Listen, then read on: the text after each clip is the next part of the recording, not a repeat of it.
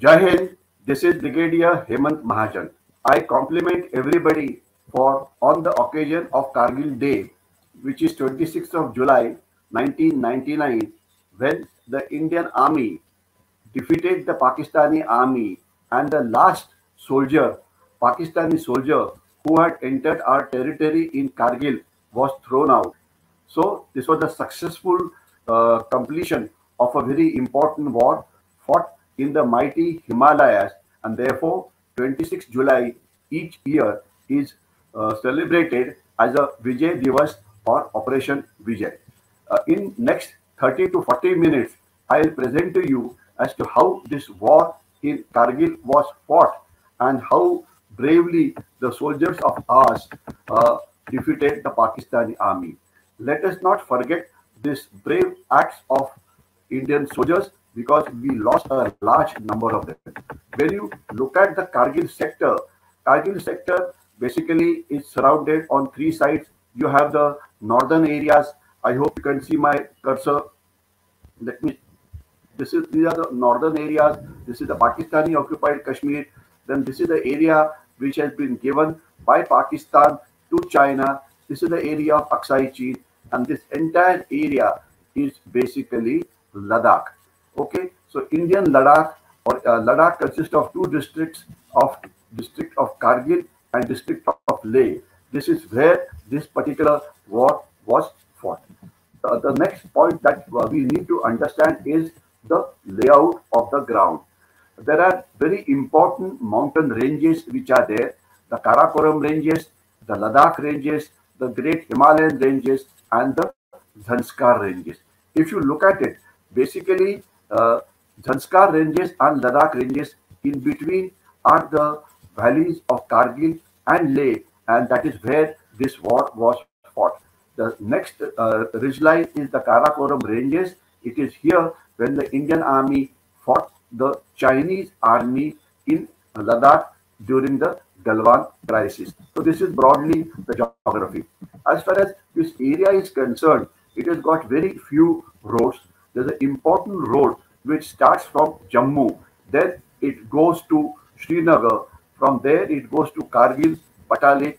Thereafter, it goes to Leh, and there is another road which from Leh also goes towards Himachal Pradesh, also called as the Manali axis. So basically, there are only two important roads which reach Leh and Kargil. One coming from Jammu, Udhampur, Srinagar, and second coming from Himachal Pradesh, the Manali Valley. Now, as far as the important towns are concerned, there are many important towns which are there along this road axis. First, obviously, is the Srinagar city. After that, you have Dras, which is in between. Here is the Zozila Pass. Then you have Kaksar. Then you have Kargil. That is where the war was fought. Kalsi, Limu, and Leh. These are the important roads, important villages which are there along this axis. This the second axis which goes to from Kalsi goes to Batalik, from Kalsi Da to Batalik. It is in this area that the Kargil war was fought. Okay. I'll quickly go ahead and show you various subsectors where the war was fought. This has been marked with the help of a cubicle. First, you have the Dras subsector, then you have the Kargil subsector, then you have the Batalik subsector, and then you have the Chorbatla subsector. Okay. Now, Kargil sector, when you look at it, it is a very rugged area. Heights vary from 12,000 feet to 18,000 feet. It is most of the time it is snow covered. Barely 2 3 months in a year there is no snow at lower heights. Otherwise, most of the time the area is completely snow covered. The battles were fought right from the height of 12,000 feet to 21,000 feet. You can see how rugged is the terrain. There is no habitation here at all. Now, here are some of the other important areas which are there. You look at the mountains, how they look when there is no snow, there is no human habitation, there is no tree cover, there is absolutely no roads, etc. Everything has to be done on foot, and the ridge lines are razor sharp. Now, look at the various pictures of Kargil Valley, there is no vegetation, there is no infrastructure like roads, airfields, etc. Okay. Now, Kargil, look at way soldiers have to attack. If you have to attack this feature, these are all soldiers. They have to come like this, like this, like this, and the area is very, very tough. And if enemy is sitting here, then you can observe you very well from the upper height. That means anybody who's at the upper height is at the advantage. Now look at this road from Srinagar to Kargil. How dangerous the road is. It was at that point of time one way. Now, of course, it has become two ways. The road is always prone to avalanche, the snow landslides, etc. So therefore, the area is very, very tough. Various means of transportation are used. Now, what is the strategic importance of Kargil and Leh? Now, if you see, this is the highway, Indian Highway National 1 Alpha, which is there, which goes from very near the LC. What is shown in pink is the LC. LC is line of control. This is the LC. And if you see, this area is very, very near from Kargil. It is very, very near, few kilometers. If enemy comes here, he can observe the Kargil town, and similarly the other areas. Therefore, if you cut this road, Kargil and Leh will get cut. In 1999, there was only one road which was operational, that is Srinagar Kargil Road. Now, of course, we have an alternate axis, but the fact remains that this road is very, very important. And look at the second road now. This road comes from Jammu, Srinagar, Kargil, it goes to Leh. The second axis from Pathankot via Manali, it goes to Leh. But this is a longer axis. It was built recently. Now it is operational for about 8 to 9 months in a year. Now, another reason why strategically this area is important is that we have the Siachen Glacier here. If you see Siachen Glacier located, this what is shown here is the line of control. You can see the line of control.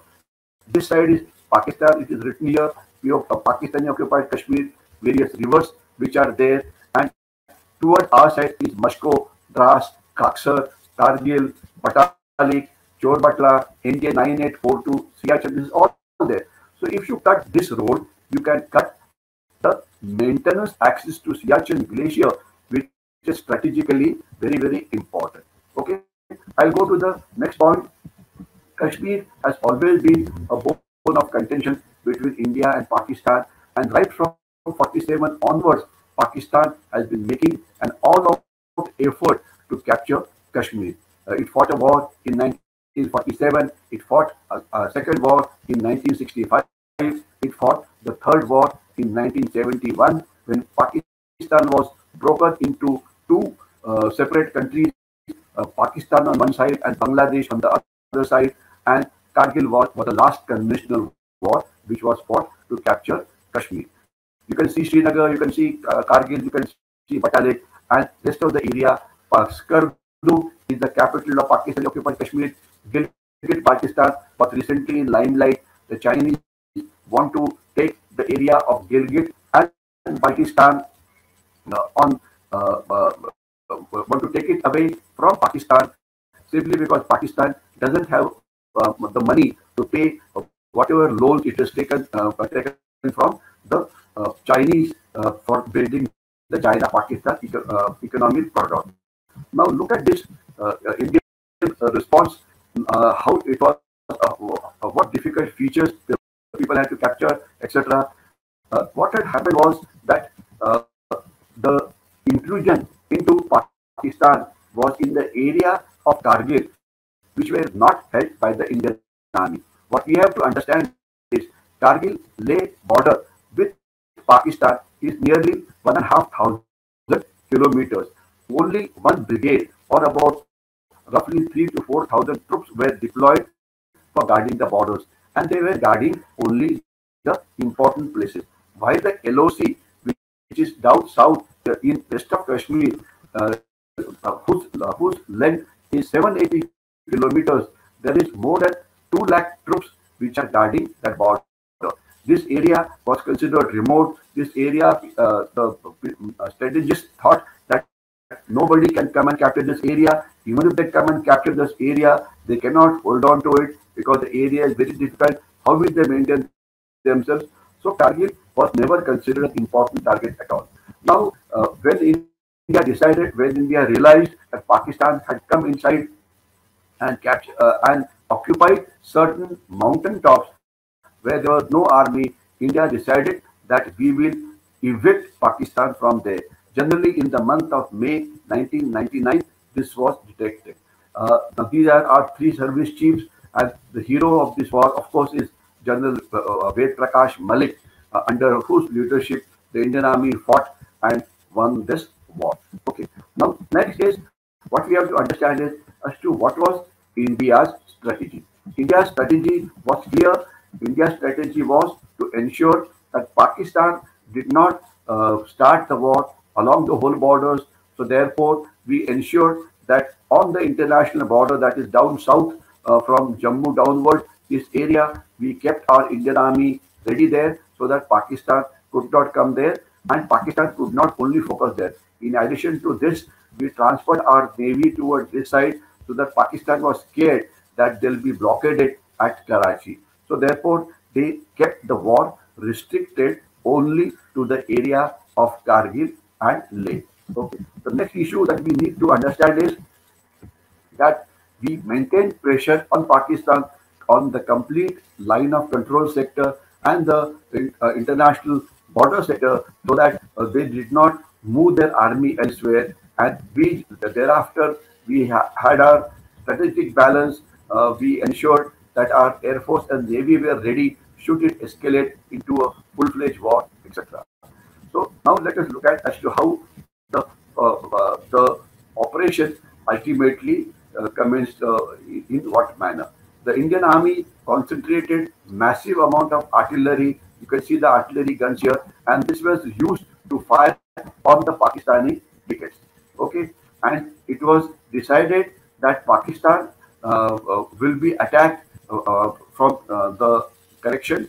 We will attack the area which Pakistan has captured or Pakistan is occupied from two directions, one from the Dras side and one from the Kargil side, so that Pakistan is not able to run away. We had a overwhelming superiority of forces, etc. At point of application, we had two divisions which were there, which were fighting this war on our behalf. One was 6 Mountain Div, and second one was the 3 Div, which was located there. Okay, these are the areas where they were concentrated. Aim was to cut off the routes of maintenance of Pakistan. And ultimately, Operation Vijay or the Kargil War was launched on 18th of May to stop Pakistani. And this was called, the name given was Operation Vijay. And this was a operation in which our soldiers showed patriotism, bravery, valor, grit, determination, and sacrifice. It was actually soldiers really fighting war in a way that they had to go into the valley of death because in the mountainous area it is not easy to capture areas up on the top. The speed with which Indian Army reacted and the speed with which our companies and battalions and various regiments attacked Pakistanis actually surprised the Pakistanis hell of a lot. And in addition to that, we wanted to use our Air Force also, but the Air Force was not particularly useful in this area. Now, there are various battles that were fought in Operation Vijay. One was the Mashko sector. In the Dras sector, there were three subsectors, Mashko, Sando, and Bimbat. Yeah, and the places are given here, Vijay Hill Complex, People, Nada Hill, 0.4875. These are all places where Indian Army fought and captured those areas from the Pakistani soldiers. What we have to understand is Pakistan initially tried to say that it is the terrorists or it is the mujahids who have come inside this area, but that was not the case. It was a regular Pakistani army which had come inside in the guise of mujahid. They had given up their uniform. They were dressed like terrorists and putting on terrorist-like dresses, but it was proper Pakistani army. Almost about 15,000 to 20,000 Pakistani soldiers of the Northern Light Infantry were used in this area. The other sectors in this war was the Kargil sector, which had Chorbatla and Kaksar, then the Batalik sector, in which we fought battles at Jubar, Karatan Ridge, Muntadalo, Khalubar, Chubar, and in the Turtuk and the Siachen subsector, we had subsector Hanif, in which Captain Hanifuddin was martyred. He got a Veer Chakra for it. Okay, now we will only very briefly cover the major battles as they were there. First is the Battle of Tololing. Now, Tololing is located at the height of 17,000 feet. Look at this height. You can see it on the map. You can see it on this thing also. Now, imagine capturing, going such a long distance, capturing a picket at the height of 17,000 feet is not easy. You can see Tololing is shown here. It was just ahead of Dras, and was the first battle in which it was decided that we attack Tololing from two directions, from the area of 5140 and from the area of Dras. And Tololing was actually was very important because it dominated the Dras sector and the national highway. So therefore, attack was launched on this feature. The attack initially was stalled. Again, second battle was fought. Four more attacks were launched, and finally, between 22nd May and 2 June, they were repulsed. We had very heavy casualties on our troops. Then again, we made plans from 3rd to 11th June. Fresh attacks were launched, and ultimately the enemy gave up, and the Tololing was captured. It was captured, remember, after 1 month of fierce battle. I repeat, 1 month of fierce battle. We also suffered very heavy casualties, and so did Pakistan. And this actually was the turning point in Operation Vijay, because then it was realized that now we can capture Tiger Hill and the other objectives. These are the heroes of Tololing who captured Tololing, and a lot of blood was shed here. What we have to understand is the soldiers and the officers who were involved in this war all were very young officers and young soldiers. Today, because of Agniveer, some debate has started where a person with only 4 years in the army really fight for the army or not. All these people, such young people from 18 to 22, average age of a soldier in Kargil war was between 19 or 20 to 21 or 22. All of them had barely 1 to 2 years or 2 to 3 years service in the army, but they fought well because their leadership was very good. And these are the people who did us proud. They were the two heroes. One is Major Adhikari, who was awarded Mahavir Chakra after his death, and second is the 2IC Lieutenant Colonel Vishwanathan, who was awarded the Veer Chakra. These were the two heroes of the Tololing battle. Then next one was the battle for point 4875, also called as the Batra Top. Now this is the place which we had to capture. Now look at it.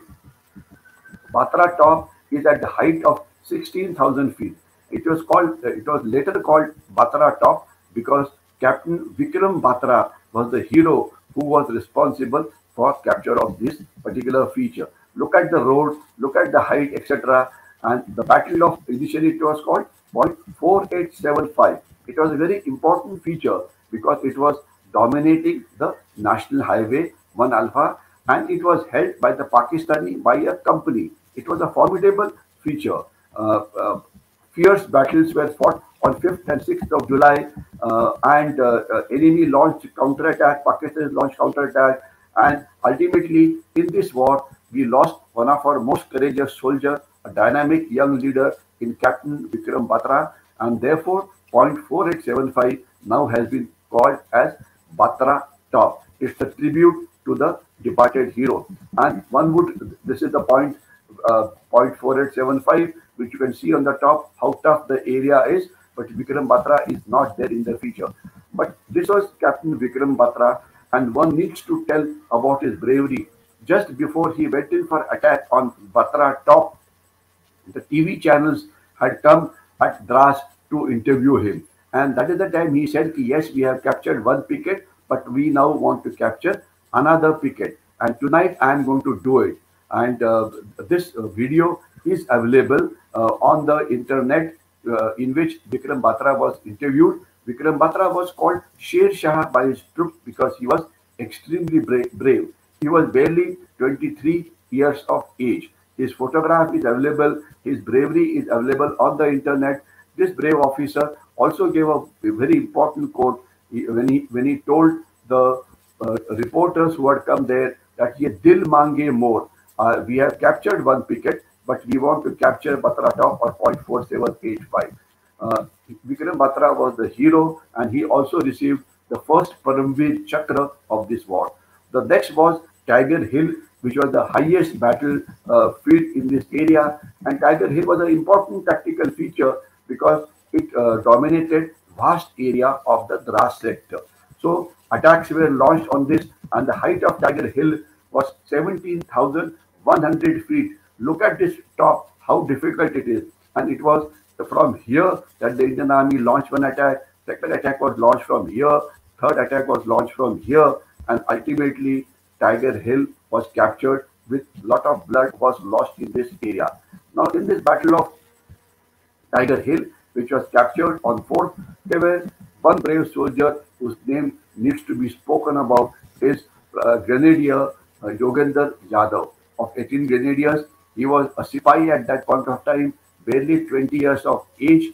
Today, now, luckily, he was injured very gravely, but luckily he survived and he was awarded the second Paramveer Chakra of this war.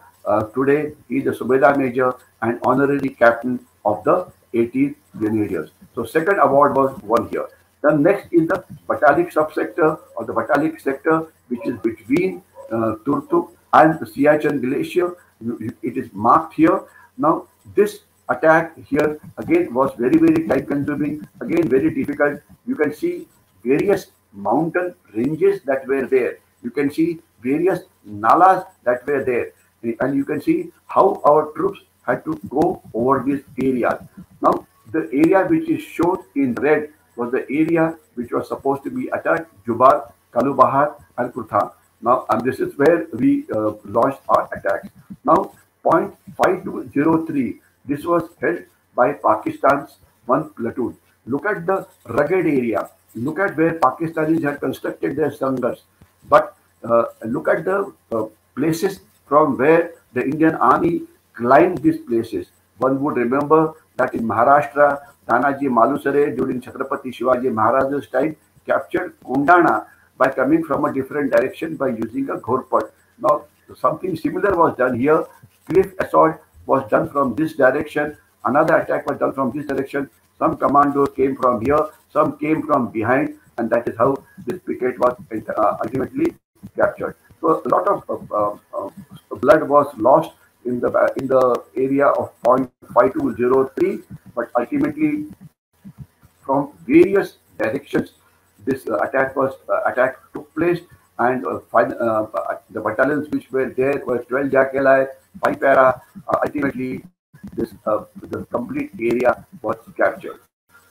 Again, we lost a lot of soldiers in this area, and this area was ultimately cleared up from the enemy soldiers.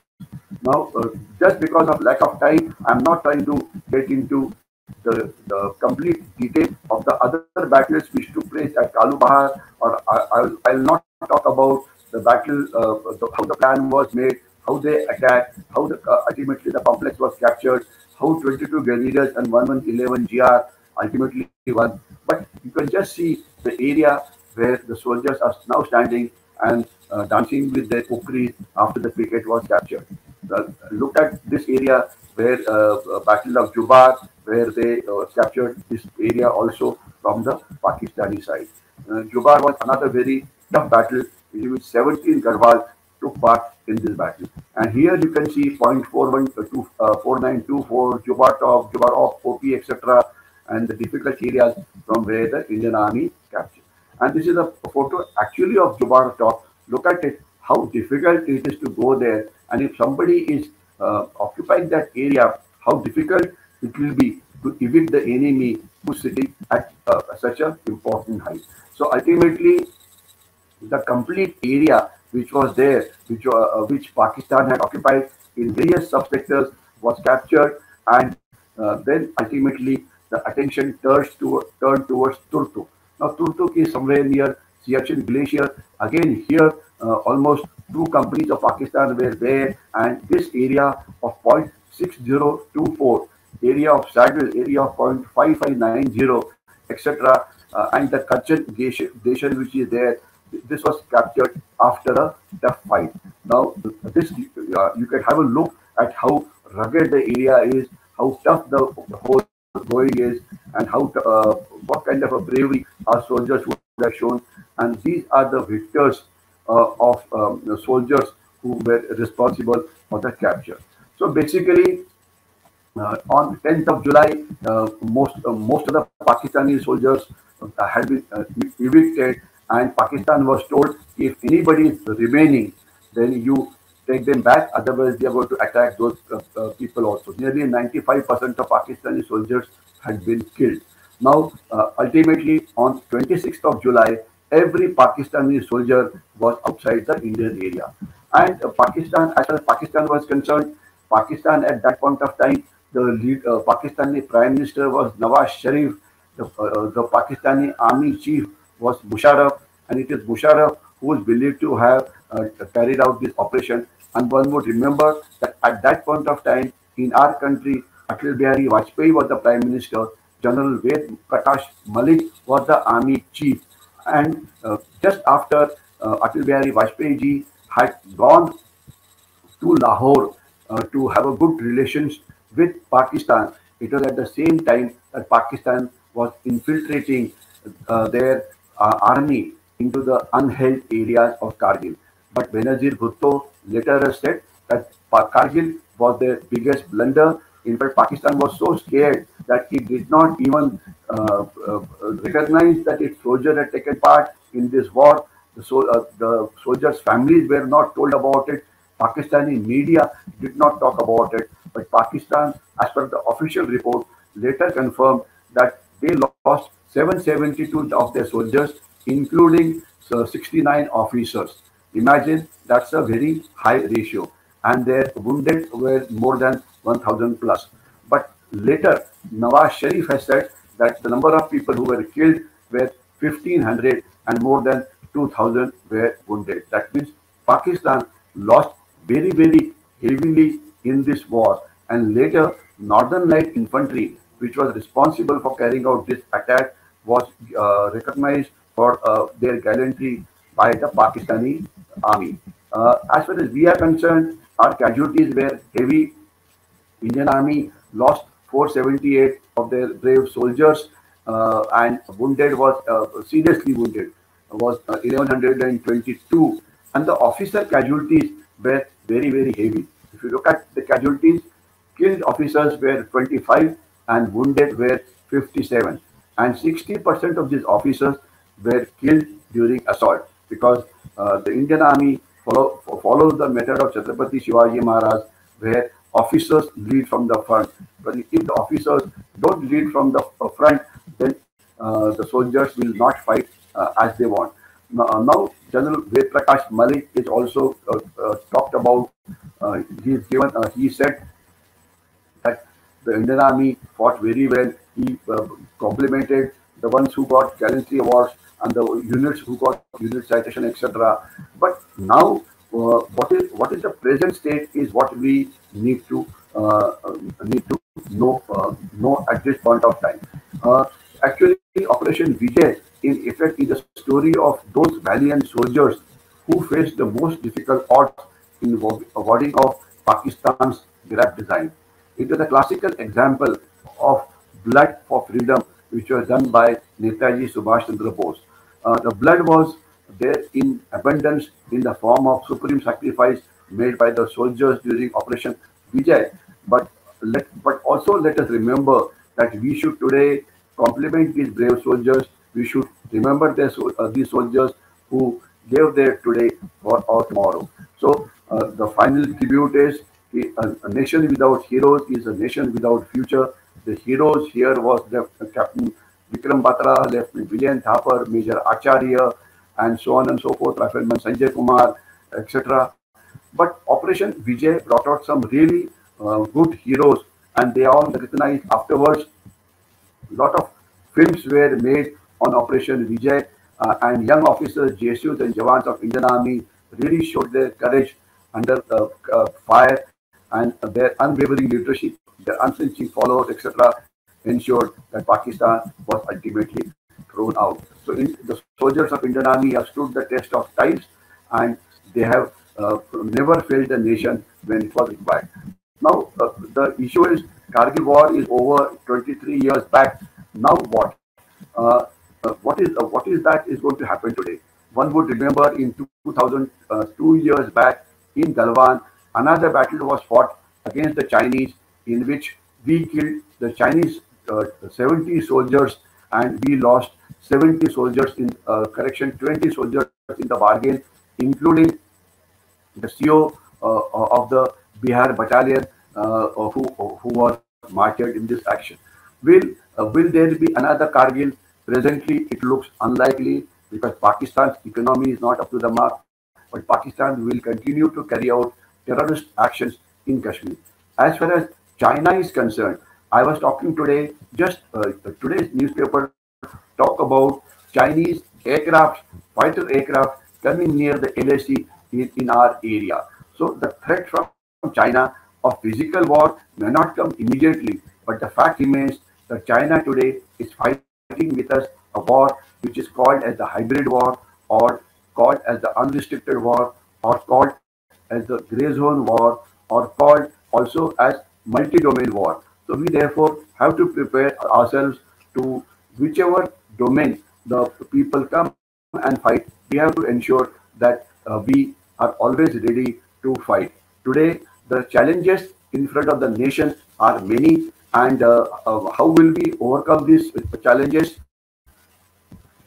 Most important issue that is there today is that in addition to the soldiers who will fight who will fight when required, but today our country faces challenges in which every Indian citizen has to be a part of a force which defends our country, be it in the area of psychological warfare, be it in the area of information warfare, be it in the area of disinformation warfare, be it economic challenges, be it challenges in terms of cyber attack. Every Indian should behave like a soldier, and he should ask himself a question like the Indian Army soldiers, that what can I do for the country? It is not adequate that because just few days back our Prime Minister Shri Narendra Modi ji, he talked about wars will not now be fought only on the borders, but wars are also being fought inside the country. And one example is the corona or the COVID-19 or the Chinese virus, which nearly paralyzed our economy, and in which 7 lakh Indians 7 lakh Indians died in this coronavirus or the Chinese virus. China will continue to trouble us. Pakistan will help out China. Pakistan's terrorism will continue. Pakistan will make attempt to once again start terrorism in the state of Punjab. They are already engaged in what is called as the narco-terrorism battle in the state of Punjab. So therefore, Pakistan and China axis, aided and abetted by their supporters inside the country, will continue to ensure that that India does not prosper, that India does not progress. So therefore, we have to protect ourselves in all the domains if we want to prosper, and if we want to meet the China and the Pakistan challenge. In fact, it is said that we have to fight a three-front war. One front being China, second front being Pakistan, and the third front being inside the country. When war starts with these two countries, there will be Naxals or the Maoists who will carry out attacks in the central part of the country. In Kashmir Valley, the terrorists will increase their activity. Some kind of an insurgency may start in the area of northeast. So therefore, we have to be ready. And before I close, I also must tell you that conventional war may not be coming may not be forthcoming immediately. But today, again, today's newspapers were talking about Chinese companies, especially the phone makers, especially the ones who are producing handsets. They have looted almost 5.5 billion dollars worth money from India and sent it to China. So there are going to be economic challenges also. So therefore, the most important issue is there are multifarious challenges, but what is the solution to all this is a Deshabhakta Nagrik who will ask the country as to what I can do for the country and not ask for concessions of various types. If every Indian citizen behaves like a soldier, keeps his eyes and ears open, is ready to fight various dangers that come up in the society, will keep our nation safe. So therefore, the biggest tribute to all the soldiers who were martyred in the Kargil war is to keep our nation safe by always remaining alert. I'll stop here. Jai Hind.